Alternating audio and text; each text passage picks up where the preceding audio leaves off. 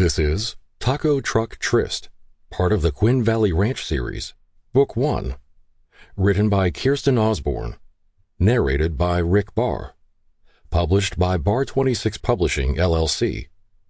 Copyright 2018 by Kirsten Osbourne. All rights reserved. Prologue. Gertrude Quinn sat at her kitchen table at Quinn Valley Ranch, serving tea and cookies to her friends. The 6 women had gotten together every Wednesday for as long as any of them could remember, and they had always met at the ranch. "Betty, how did you get your granddaughter to finally marry? I'm sure my grandkids are never going to marry. Mostly, I'm worried about Roxy. I'm not sure why, but she seemed unsettled lately. I think Bob saw it too, and that's why he promoted her to event coordinator."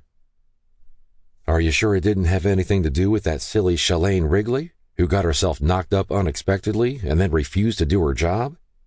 Her new husband sure is happy to have her home, but I don't think they're ever going to make it on his salary. Isn't he still just doing the lawns for different businesses in town?" Ruby asked. Maud shook her head. "At least he had the guts to marry her and stand up to that old man of his. I think Justin Wrigley showed more backbone in the past year than he had in his entire life before that." "Of course he did," Nellie said. "He's more afraid of her daddy than his own. Sometimes I wonder what's wrong with the younger generation." She looked back at Gertrude, who had started the entire conversation. "Who do you think Roxane should marry? My grandson Ciran always had a crush on her in school, and he's back in town now. He went to the big city to be a lawyer for a while, but he hated that life so much. He said something about opening a taco stand, but I hope he's kidding. Ciran's a good kid. He was captain of the football team, and I always liked him. What do we have to do to get the two of them together?" Nellie grinned.